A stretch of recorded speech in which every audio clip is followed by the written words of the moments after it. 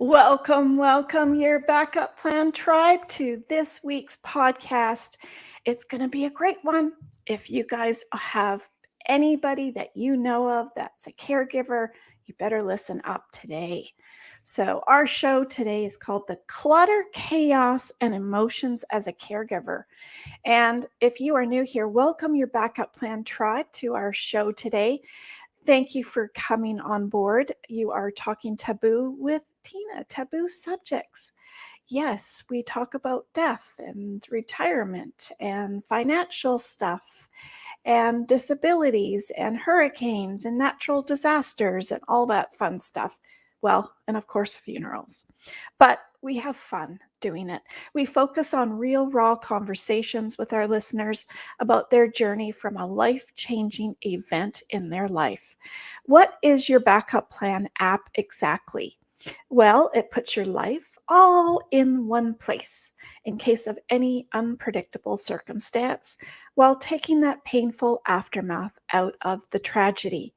What the heck does that mean, Tina?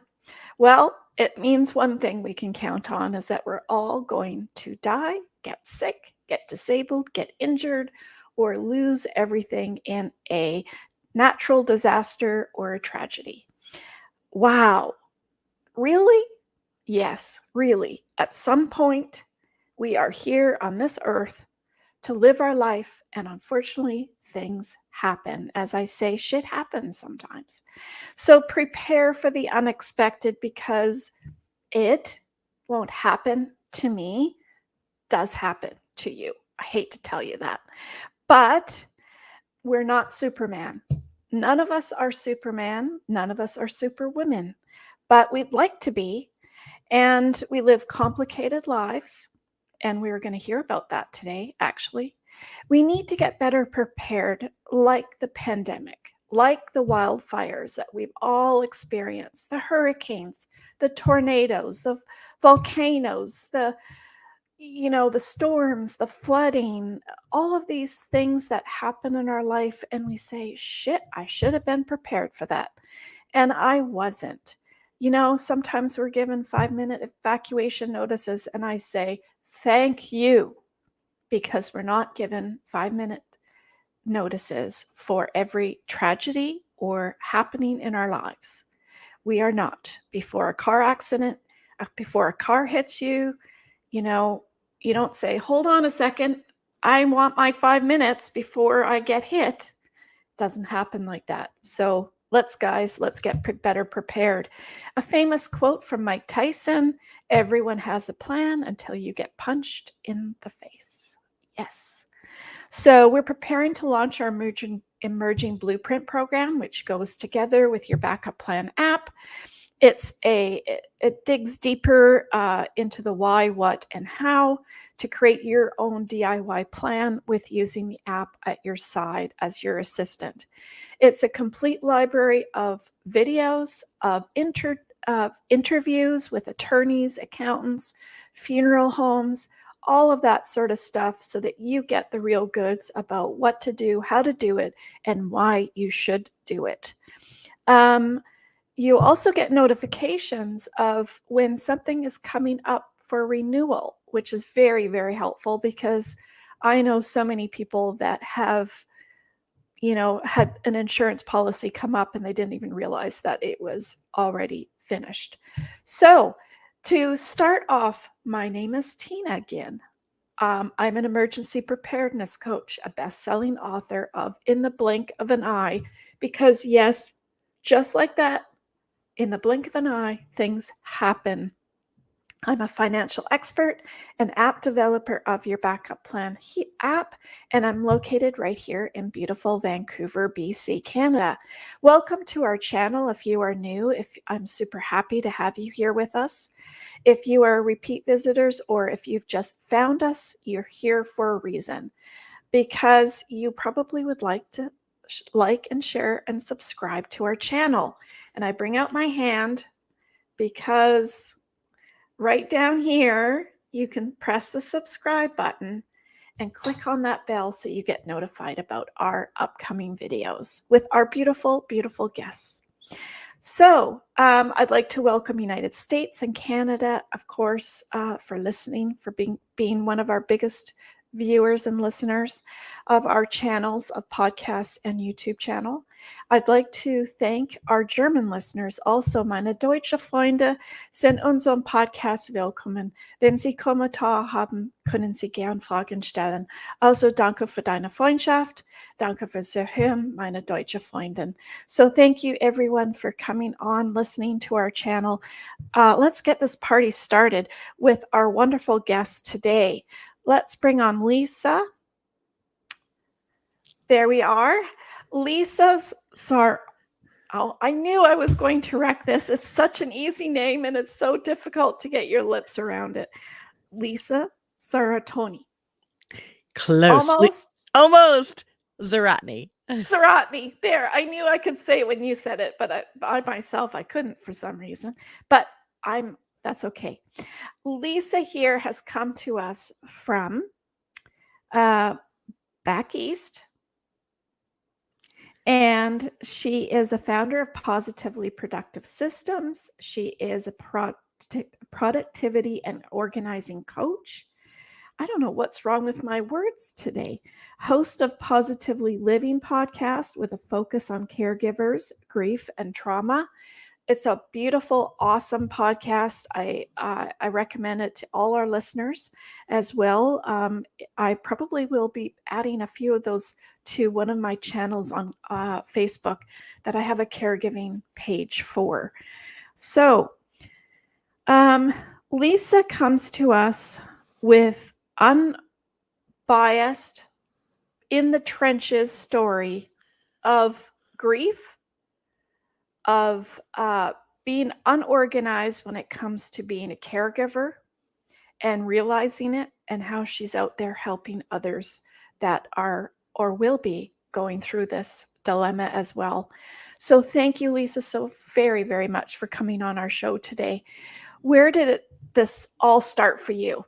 Oh, thank you for having me, Tina. As I mentioned to you before, whenever I can share my story, I do it so those of you watching, listening, know that you're not alone if you're going through this. And it's interesting to think about like where this started.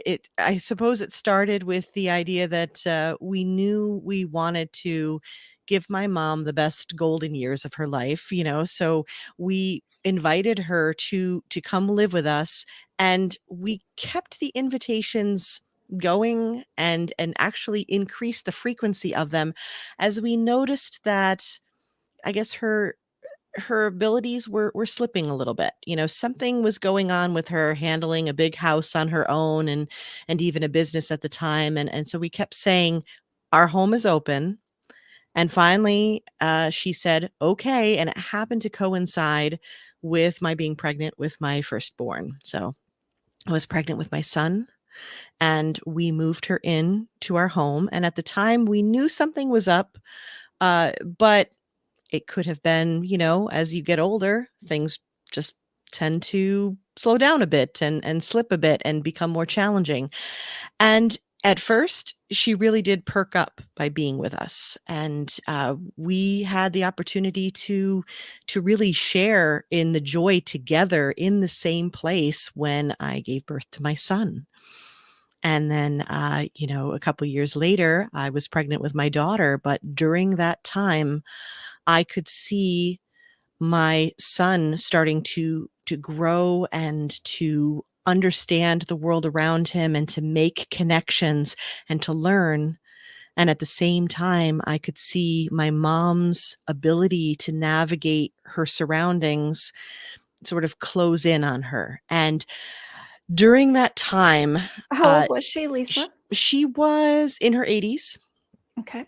And she, we took her to the neurologist. And at first it was like, this is, advancing dementia. And we kept an eye on it. And I can remember thinking, well, okay, well, whatever it is, I'm glad that she's with us. She's safe. And basically, it was almost in a subtle way, I had taken over being the matriarch of the family, right? The one in charge of everything. And that gave her the freedom to not have to worry. It reduced her stress and, put her in a better position. But I took on that stress. I was good with it. She had done that for so many people in my life. She was a caregiver to my dad, and I helped her with that. She was a caregiver to my grandmother. The woman was a caregiver to everyone. So I was ready to step in and do that, although I had no idea what it would entail and what would No. come. What's involved? Yeah, it was just like, okay, we got to do this. I don't know what this is, but we're going to do it. And, Did she sell her house and everything then?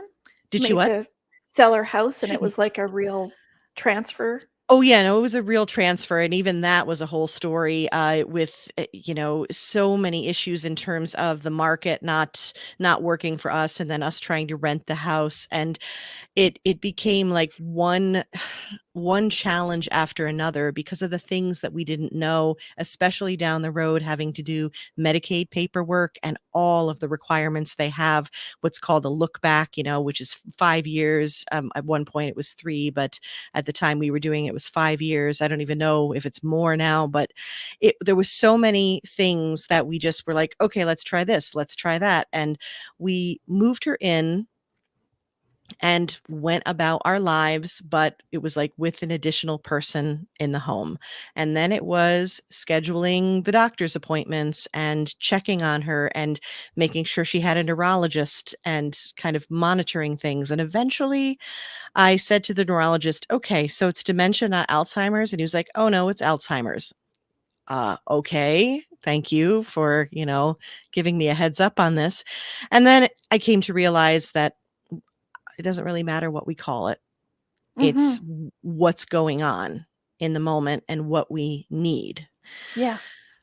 So we proceeded, and I went to every resource that I could possibly find and asked resources that I had if they knew of other resources.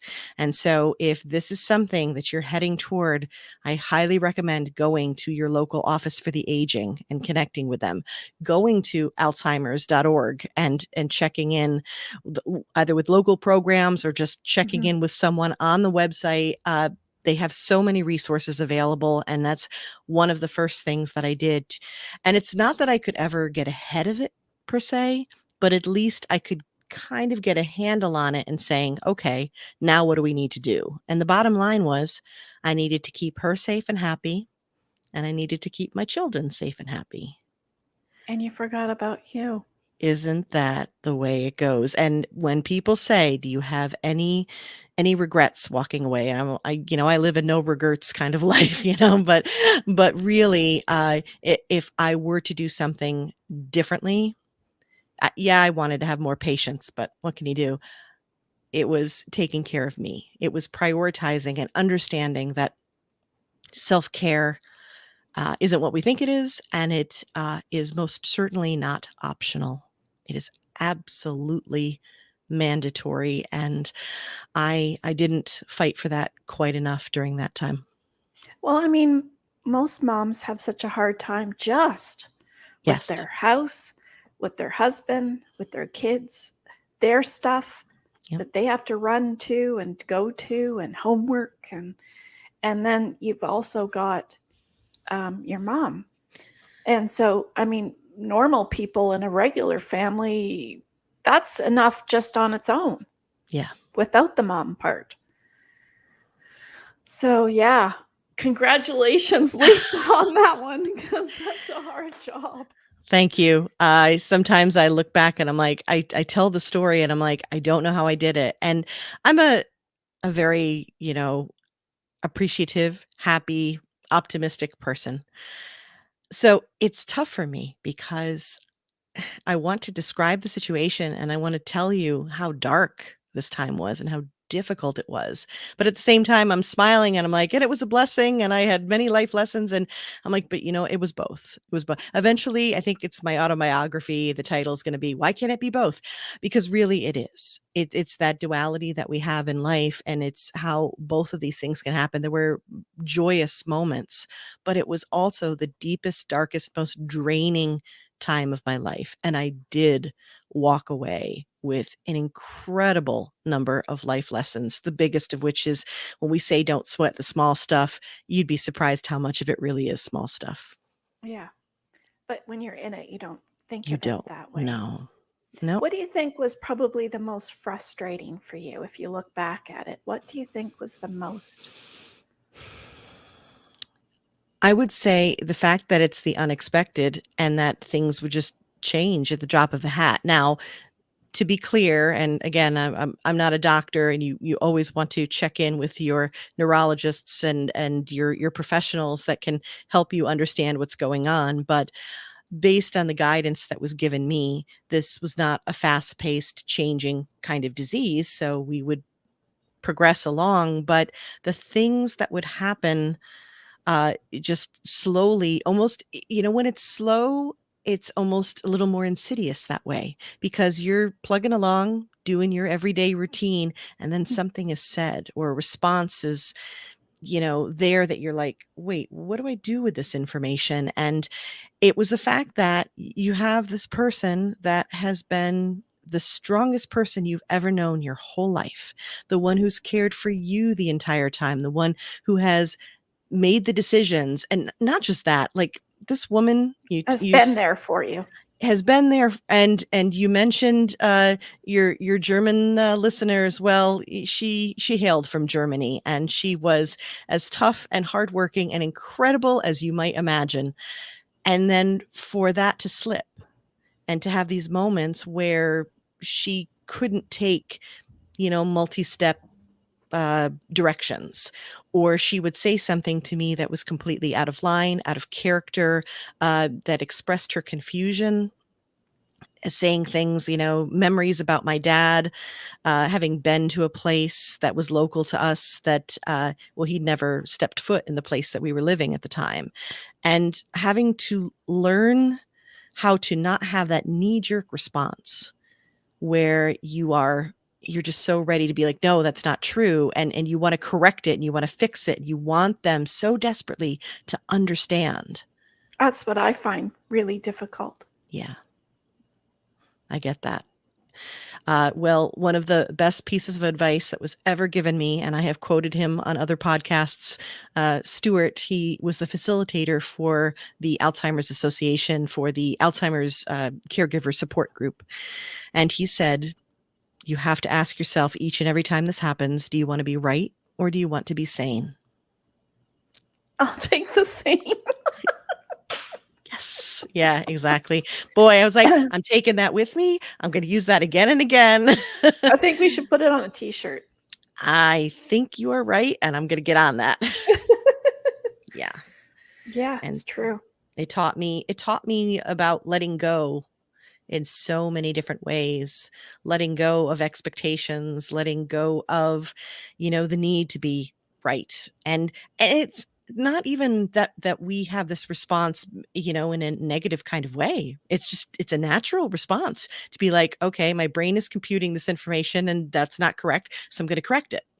Well, plus you expect your parents to know what's correct. That's what you've grown Absolutely. up with all your life. Yeah. So it's hard when it's not. Yeah. So navigating that emotional territory, I mean, the fact of the matter is I have tended to be a bit more organized than others, and that makes sense now with what I coach. So I had my notebooks and I had, I tracked everything. And that is actually one of my favorite tips is to track what's going on. Of course, I would say the biggest issue I came across is not knowing what else I needed to do, moving forward that would have set me up better. And I love what you do because of that, because it's so important that we have the hard conversations, that we figure out what it all entails. Now I can tell people, go to an elder care attorney, go get yourself set up, make sure you have a healthcare proxy in place. I had no clue about any of that stuff. So I tracked things well in a notebook. I kept the family fed and safe and happy, but navigating that terrain, in terms of like all of the complex paperwork and all of the requirements, and then the emotional side of it. I Having mean, those discussions, it's difficult. well, and especially when you're right in it. I mean, it's Yeah. actually easier to have these discussions earlier when everyone is still Yes. functioning at their best. I'm not Yes. saying it's pleasant, but It's Well, we definitely, try to make it pleasant in our well, workshops. yeah, Get the oh, wine out, get the coffee out, have a little bit of fun with it because it's hard. exactly. With you, I could totally see it being pleasant. It's one of those, it may be simple, it may not be easy, but it's simple. And so, but if you do it earlier, it makes things so much better. But yeah, Yes. those were my stumbling blocks.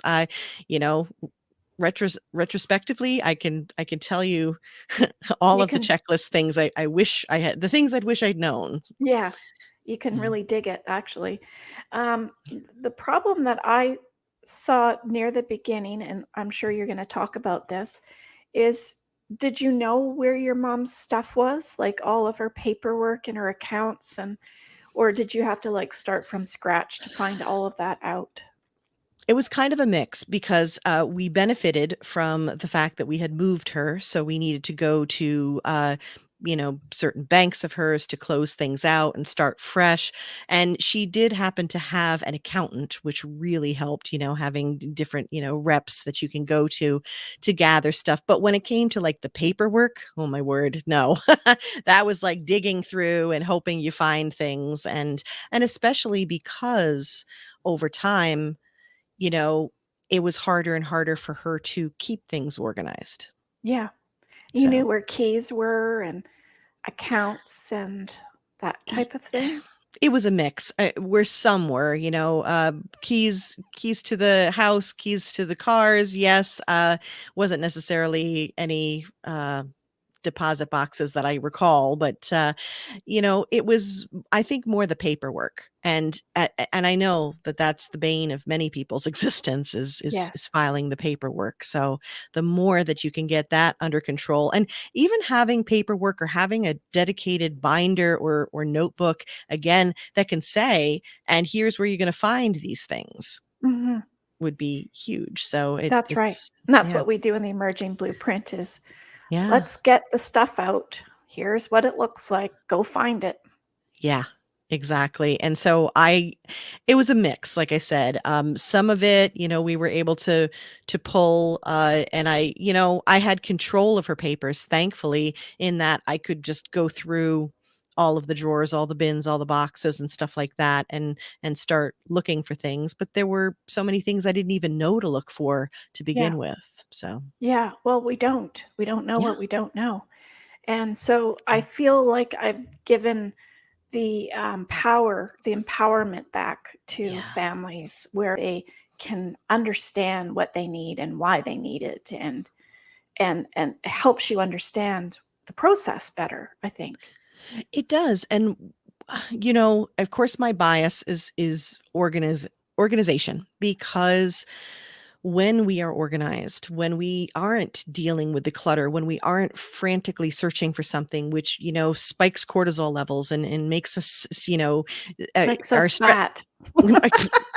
It does, that's a real thing. Seriously, I mean, we have, like, our crazy stress response when it comes to, like, searching for things anyhow, and then when you're Yes. searching for something that's, like, a critically important document, I mean, that's So huge. stressful. It is. So if we can do that ahead of time and put that away and know that in a moment's notice, we can grab that, I mean, that calms you down. And then it's going to be hard enough when you're in the middle of an emergency, when you're in the middle of a crisis, when you're doing something like caregiving, where the roles are now reversed and the person who cared for you, you are now caring for, and you are having to just, Understanding, like, it's yeah, just it's an ineffable emotional response to be in that moment. That's hard enough without exacerbating it with the I stress didn't do response, this, I right? didn't do that. Oh, shit. Or where Now am I what? going to find this thing? Yeah. Yeah. And I've So done both. So I've been there. I've been there where I am scrambling through bins.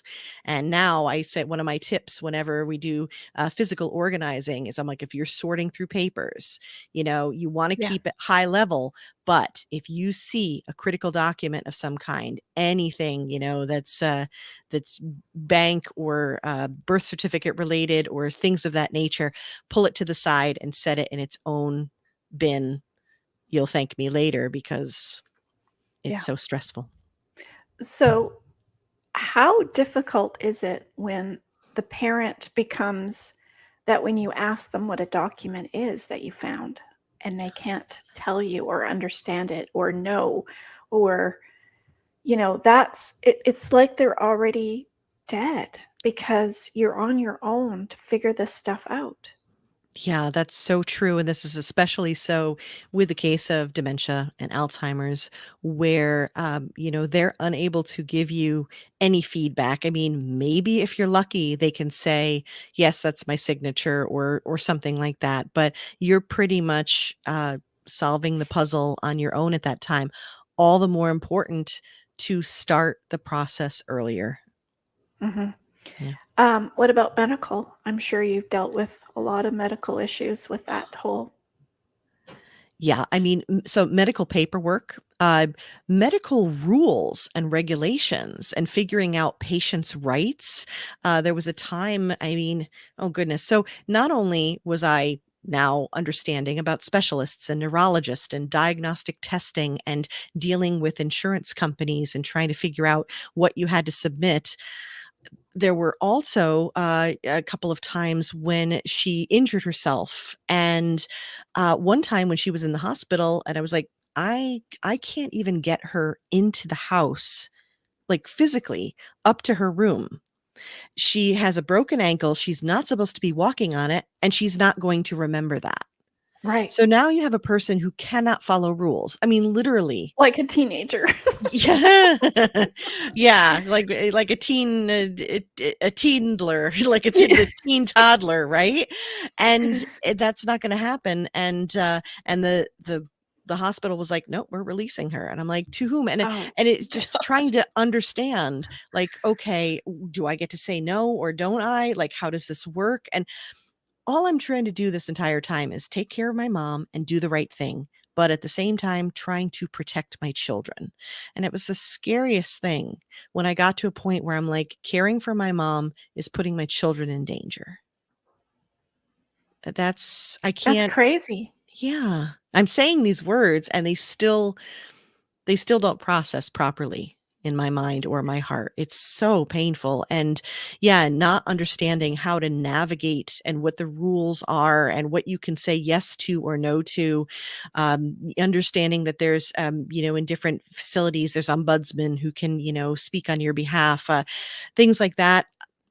You don't know this until you're in it unless you start having conversations ahead of time. What I find the most difficult, and from other people as well, is the doctors, they go to their doctor's appointment Hmm. and they think they're quite fine, just like a teenager. I I Yeah. I always I always use the words as that because I think it's like a really bad uh, not toxic teenager, but an attitude teenager. That's what I always relate it to, Yeah. because they think they know, but they Yeah. don't. And so the doctor relays the issue to the parent, but when you're asking the parent, you never get the story right, or they don't understand it, Yeah. or they're not like, and so there's this thing where they still wanna have their own life and their own usual way of going to the doctor and dealing with things, but that ends at some point, right? Because you can't, like, I'm finding I can't get the story straight. Yeah, that is incredibly important too. And here's where, stepping in and having the conversation early to say, set me up as a healthcare proxy so that I can come in and I can answer questions and I can see reports and talk to doctors and have permission to do so, so that they can talk to me as well. Now, in the case of some kind of accident, you're going to need that if someone, isn't conscious to speak. But what you're talking about is an even more frustrating scenario, keeping in mind too, and this is, based on my experiences, this is my understanding of what's going on, is that we all want to save face. And that is what they are doing because it must be scary as you get older and you're not remembering quite as well and you're not getting along quite as well. And especially so if you have something like dementia or advanced, some form of advanced cognitive decline has to be scary because you're still in it and it's happening. So you're experiencing it and you don't want it to be so. So you're denying it. You are trying to save face so that you can feel confident. And so, I mean, but even for those of us who don't have any of these issues and are younger, how many times do we like, my back's been hurting for a while, but I'm not going to the doctor for that. It's fine, right? Yeah. We do this constantly. But you're right. At some point, you need to be there because my mom would have told the neurologist everything was peachy and she could, had I don't know, had things memorized. She could do plenty according to her. But thankfully, diagnostic testing and even simple tests that they will do where they will say, draw a circle, draw the face of a clock, draw it to the certain time, things like that. Very, very simple tests that they will do to see how the brain is functioning were able to show us what we knew, that something Right. something was happening. And it was the weirdest combination of relief and kind of devastation to see that All in happening. once. Right? Yeah. Very complicated because it was like, I know something's going on and she's going to deny it forever, Yeah. but this is proving that there's something happening and we need to keep on it. Yeah. What do you think it was harder having just your mom, or would it have been twice as hard with your dad and your mom going through it at Oh the same time? goodness. Yeah, I mean, now interestingly with my dad, I did as a younger secondary caregiver spend a lot of time in the trenches. I was actually the one who spoke to the cardiologists a lot. So his situation was that his brain was great and he could, joke and converse right up until the end, but his body was giving out.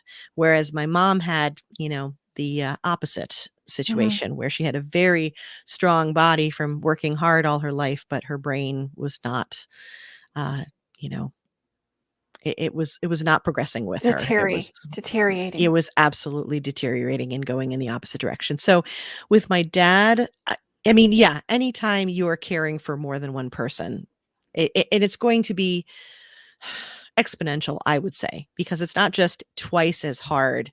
Because now, Yeah. yes, it's twice as much of the things that you would have to do, making the doctor's appointments, doing the paperwork. I didn't even get into prescription issues, keeping track of all the medications and What's dealing with, working, what's not working. yes, which again with Alzheimer's can be very, very tricky. I've thankfully been able to advise a number of people that have dealt with this to understand that a big part of Alzheimer's drugs, at least up until this point, and my understanding of it, is that they are holding the symptoms of the disease or holding, I guess, the progression, if you will, at bay. So Oh, how not it's like or slowing it down really to the point where it's like you wouldn't see it as much, or maybe it's like holding on to what is still working and not allowing it to progress quite as fast. And again, I don't know what fast means. It's a relative term in this case, but yeah, because it's it different for everybody. I find some absolutely. go on for 10 years and Yeah. some last a year. Yeah. It progresses at different rates. Right. Mine was 5 years from the point in which we moved her in and things were starting to slide to her, being unresponsive and no longer saying my name and really not even knowing what was going on exactly. But there's so much happening, and those are the medications that they use in this scenario are they're very difficult to figure out if it's actually working or not.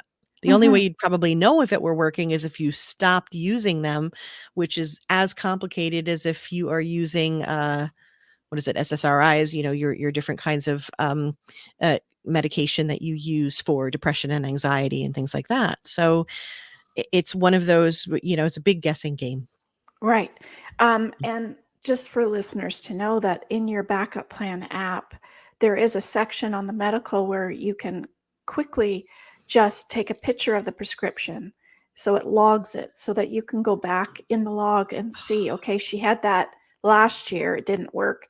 Oh, okay, so that you can have a better understanding of what's what and what the issue was when you went to the doctor as well. You Mm, just type it in. So, yeah, we all yeah. forget. We forget our own surgeries and our own medical prescriptions and things like that. So, I just found it nice to know it's logged somewhere. And every time you go to the doctors, there's going to be a question. They're going to ask for a list. They're going to want to know. And even if you remember specific medications, you don't remember actual dates. So that's extremely Yeah, helpful. Yeah. yeah, yeah, because you forget so quickly. I mean, the best of us do. So, Yeah. With all the uh, demands that we have. so tell me about your family relationship with all of this going on, because that takes a toll. Yes, it does.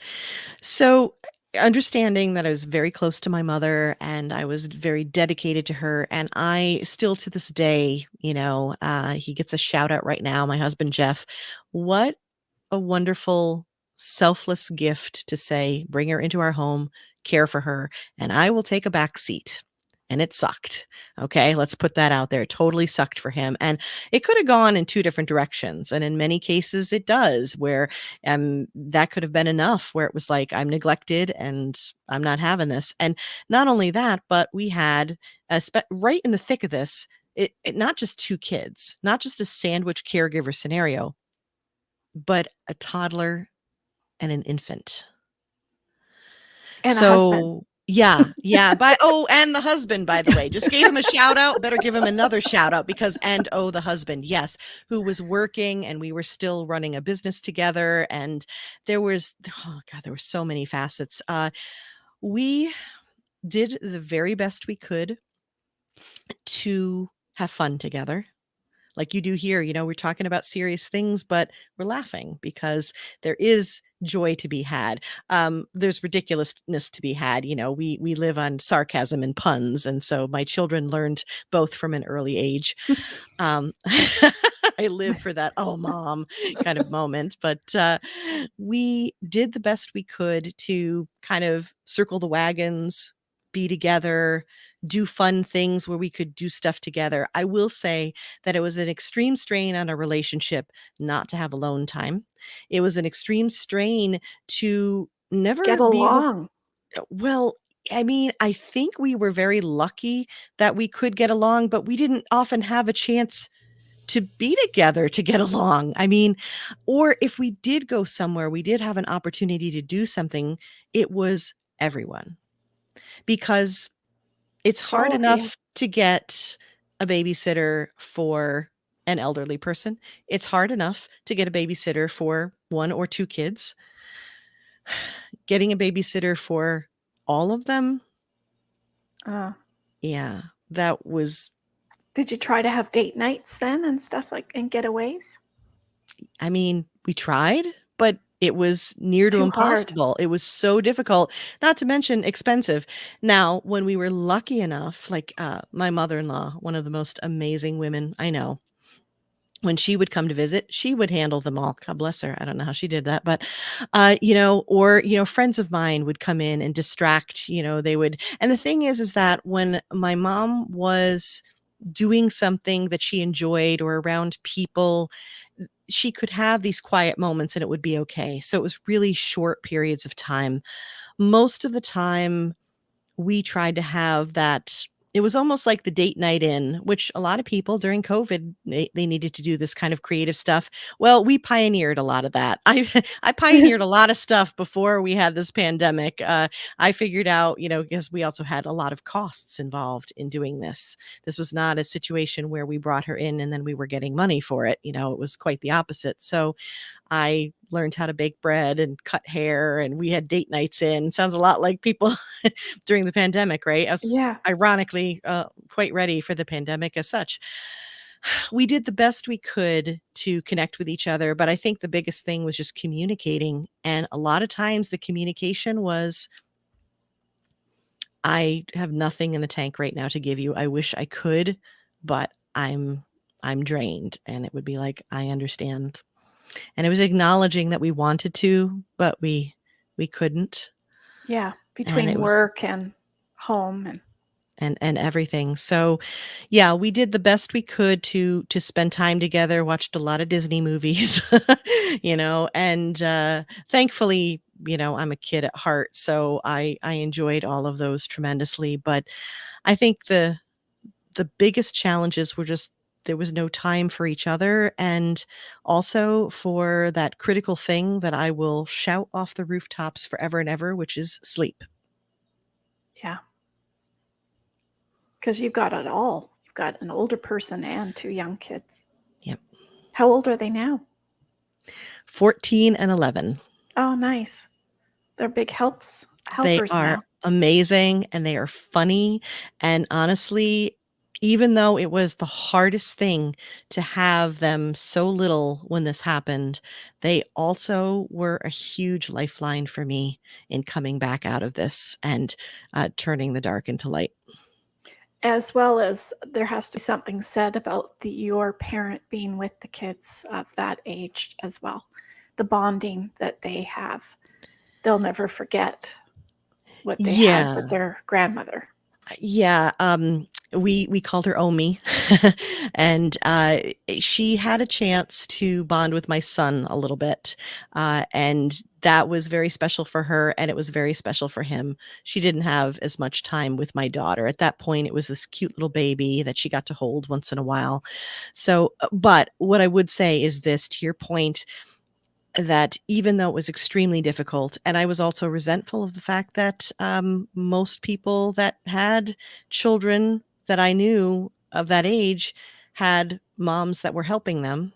And I was in the opposite situation, but where I went to have gratitude about this moment in time was that it never hurts for your children to have more people surrounding them that show them love in whatever capacity.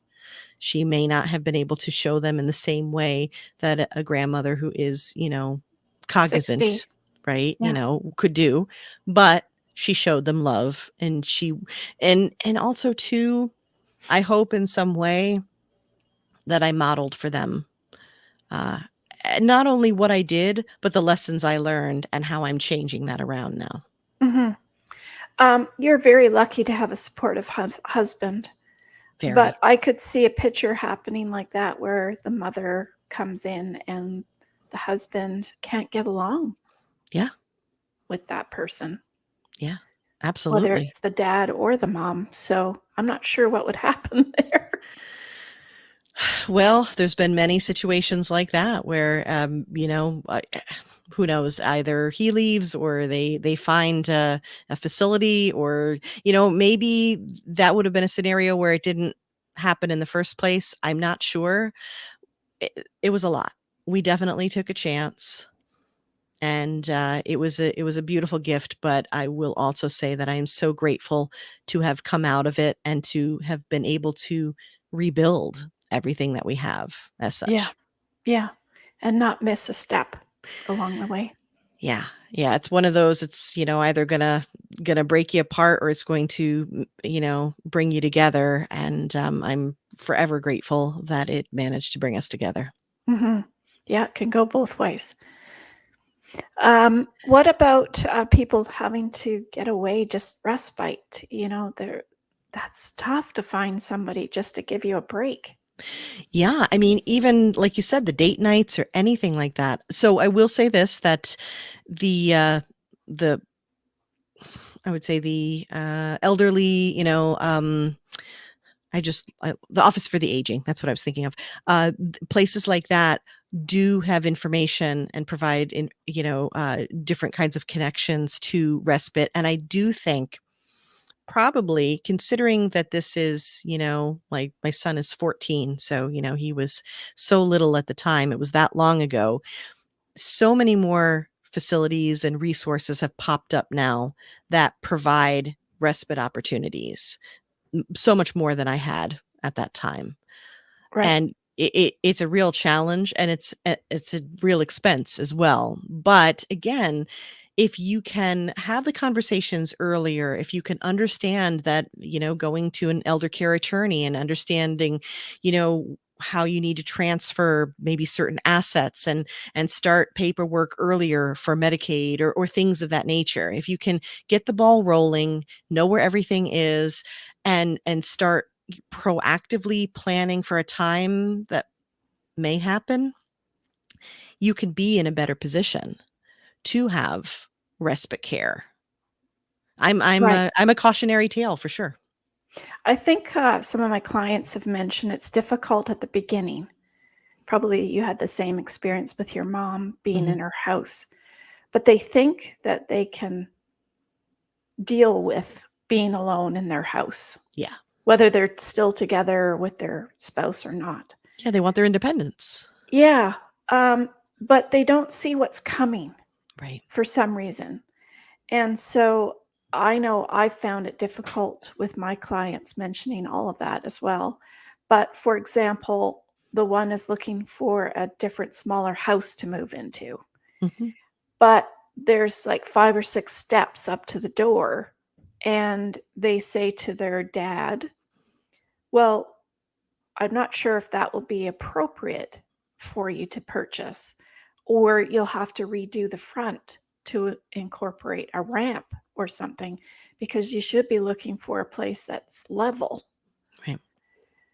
But, "Oh, well, I'm not there yet." Or that's not even an issue. Like, they don't it's like they've lost their focus on what's coming, or they don't want it to come, I or think that's the yeah, bigger part of it. I don't know.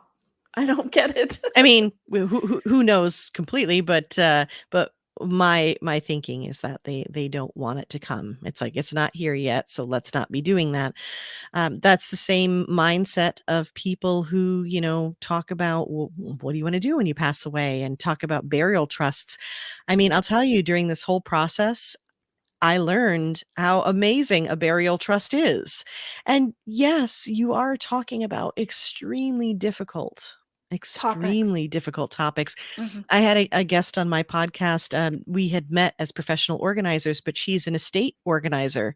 And it came about because she lost both her parents at exactly the same time in a car accident.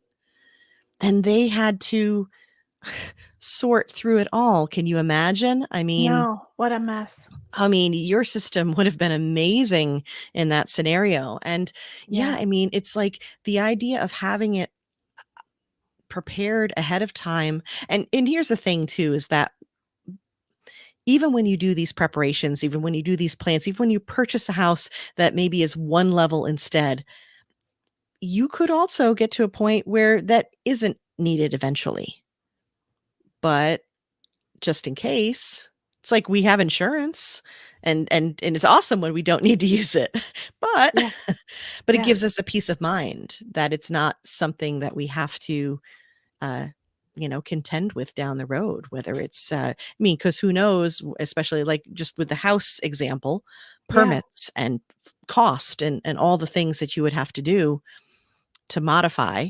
Whereas if you choose something that it's like when we choose things for children to grow into, that's okay. But Yeah. I understand it's that opposite direction that everyone wants to pump the brakes and just kind of like, all right, Yeah. I'm not looking. I'm not But looking it's at that. true, you buy them the extra size shoes, just or the extra size jacket so that they can wear it a little bit longer. You're like looking into the future, but for some reason with parents, Yeah. they don't want to look at that. So we're not going to, because they say that it's not going to happen for some reason. It's like, well, it Because they don't is. want it to, right? But yeah. Yeah. Yeah. So what do you think your kids would say from the experience? I think it happened so long ago that the memories aren't there, but that they have grown seeing me process this, seeing me process the challenges that I had and how much it hurt to do that. To talk about the scenario where my mom, you know, in a way kind of put me in that position because there was very much this whole thing in my family of you don't put people in a nursing home. You don't put them away. You keep them with you. Yeah. But And a lot of cultures do that. which again, I understand coming from the heart. That's amazing. But then if we're coming from the heart and we want to do that, we need to match it with being prepared for it as much as we can be. And we Yeah. weren't. So, it was kind of a lousy combo. I think what they learned is that I processed it, I grieved truly, and that I've turned it into something positive by sharing my story, by trying to help others that might be Yeah. in this situation. I help multi-passionate creatives, and those are those people who are the nurturers and the caregivers. And sometimes it's not a caregiver in the traditional sense that we're talking about here, but they are still the ones who are out there caring for everyone and giving, giving, giving, right? Yeah. And just like you asked me in the beginning, but where were you in this? You forgot you. Mm. Those are the people that I'm standing up for, and we we need to we need to find that balance of, okay, you can say yes to doing these things, but how are you going to have the right tools to do it if it Right. matters to you, right? And I think the parent matters too, because what I've found with clients who have Alzheimer's or dementia, Yeah. um, that there's different sort of degrees of it somehow, because some are very grouchy and crabby and everything's miserable. I'm not really sure why, like how that came into from their life to that point. And then there's some that are happy and thrilled with whatever you do or say to them. They're I remember I had a client who had to be put into a home, and she thought she died and went to heaven. Like, they treated her, they called her the queen, Oh, and she thought her laundry's done, her bed is made, she goes to eat at the table and it's served to her. Like, she was the queen. So I'm not sure how you deal with the grouchy one. I'm not sure how you deal with that part. yeah, that one's so tough. I have a theory that really it's how the person was throughout life, and it just shows up differently. You know how they say, money can bring out who people really are. Actually, you see that with death too, death and funerals, right? Yeah. The real true nature of people comes out. Well, I also think that with cognitive decline, the mask comes off.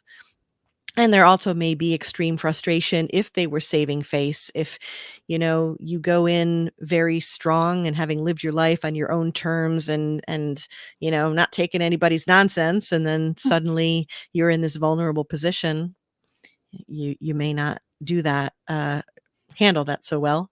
And then the Well, it's hard caregivers, on you because absolutely it is. you hate to get anyone else involved because they're such a grouch, and then the top of it off, it's difficult for you to even think that, are they appreciative of all of what I'm doing? You Yeah. know how, like, you when you grow up, your mom's always saying, "I had you," and all of those kind of stories. And I had 26 hours of labor, and you wouldn't be here if it wasn't for me, and all of these kinds of regular statements that they all make. Yeah. But at the same time, you're in a reversal of looking after them, and if they're not being appreciative, I don't know how you can even handle that. That is a challenge. What I would say, two things about that. One, when you get help, when you have people who are, you know, uh, professional caregivers, they're used to that. And I know you're like, oh, you're kind of embarrassed and rolling your eyes a bit, and it's really unfortunate. It's always a delight when you can be. It's like having the babysitter for the crazy kids, and it's wonderful when you can be like, my child's an angel, but when they're not. So same thing for your parents. Believe me, they've dealt with that before, so they get it. And the other thing too is that this is where, the training, the coaching that I do in terms of our growth mindset and how we perceive things comes into play, is that we can't look for external validation. It's wonderful when people can say thank you, but in this scenario, they might not be able to. So you have to thank yourself. You Yeah. have to be in that moment and say, I am doing a good thing. I'm doing it for their own good. I'm thinking about when I had to take my children to get their vaccinations, and I'd have to hold them. Talk about things sucking. That was awful, but I knew it was for their own good. And so you have to take that philosophy of saying, okay, they're grousing about, and they're, they make curmudgeons look like happy people. And, but I know that I'm doing right by them. I know I'm living in my integrity. I'm living in a place where I know that I'm giving all that I possibly can. I'm doing a good job. I can't let their response validate me either way. And on Right. top of that, their response is not their response, especially if you have cognitive decline. If you have anything where, now I will say this, people would say, oh, don't take it personally, it's the disease. And I'm like, it's my mom. So my heart goes out to you if you deal with this and you're feeling that. So it's not about not taking it personally, but it's about understanding that you need to live in that confidence that you are doing the very best you can in an impossible situation. Hmm.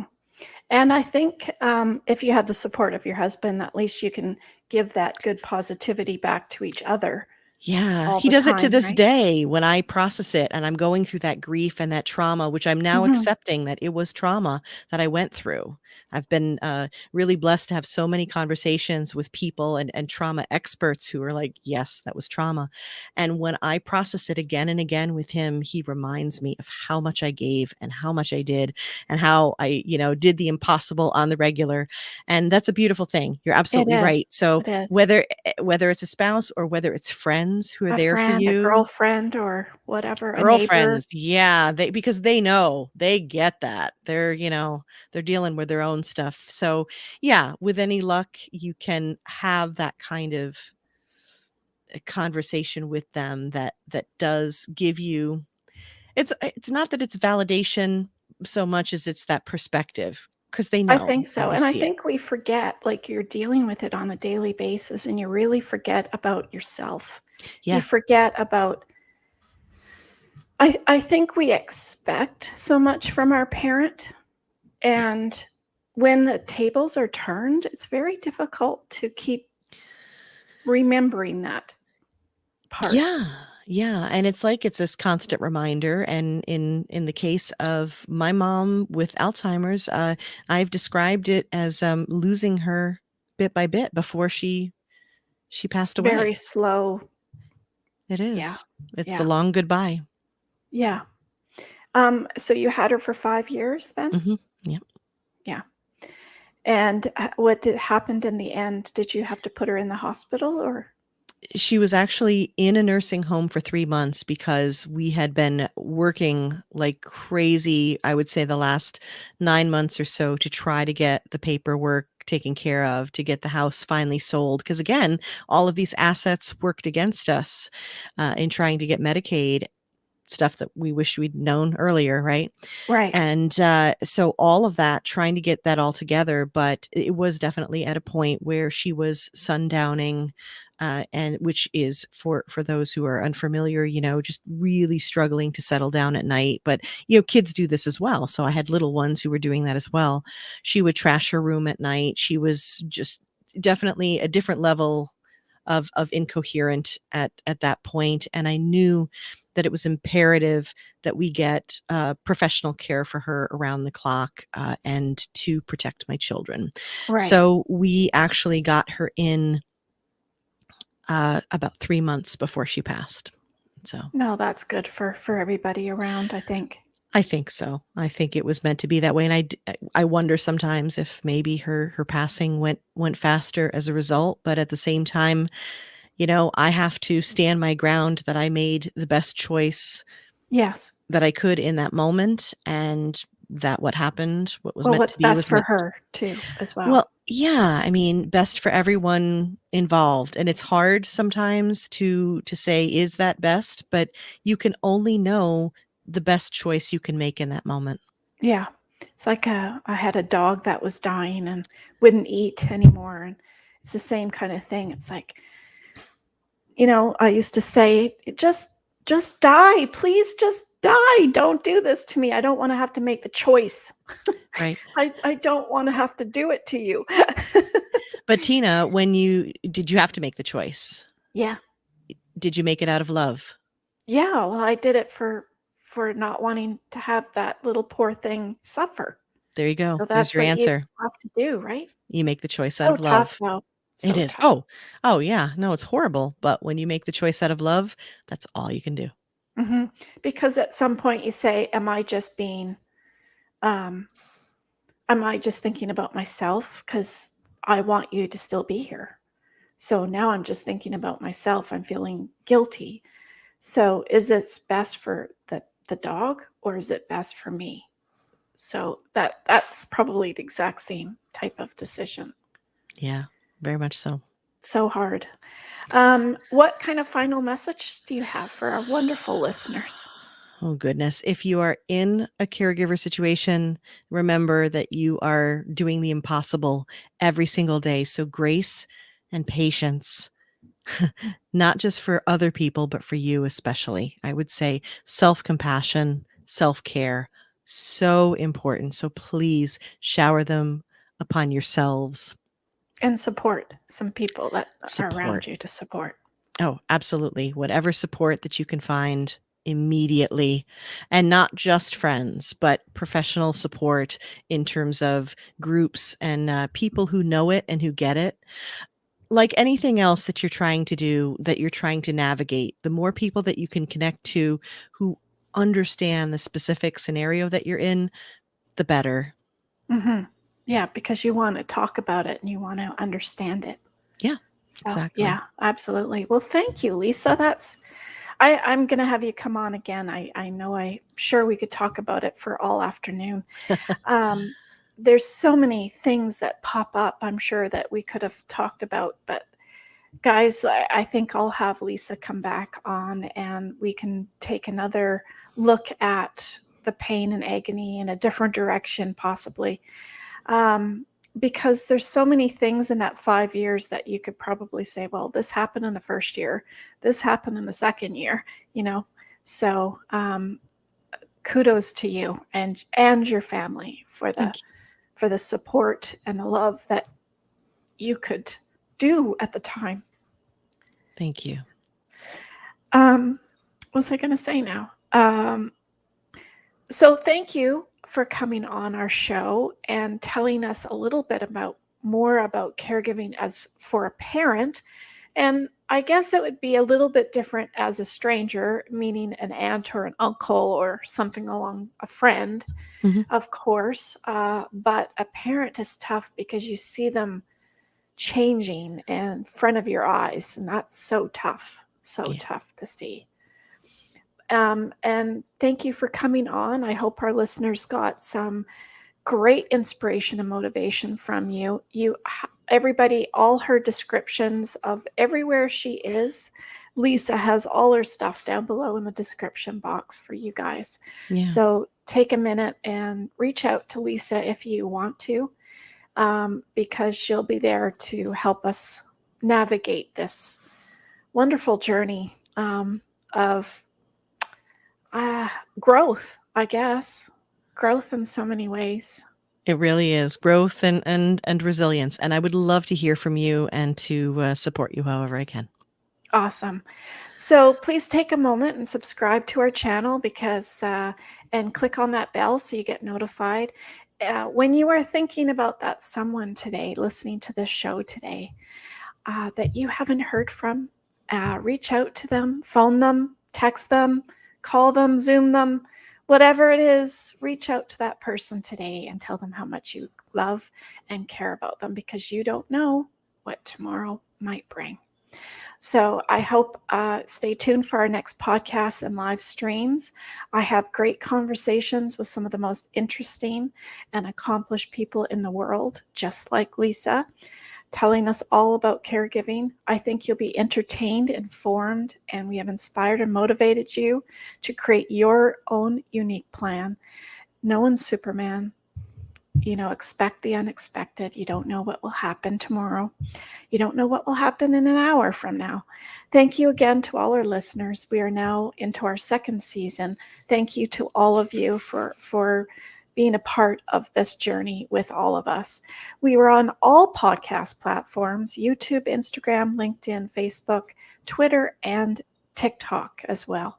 And we have a Facebook group that you can join as well. And thank you for sharing your time with us. And I always end with Carol Burnett because Lisa knows who Carol Burnett is. Everybody loves Carol Burnett. I'm so glad we had this time together just to have a laugh or sing a song. Seems we just get started, and before you know it, comes a time we have to say so long. So long, everybody. So long, listeners. Stay safe, be kind, be prepared for the unexpected. Thank you. Thank you, Lisa. Thank you, Tina.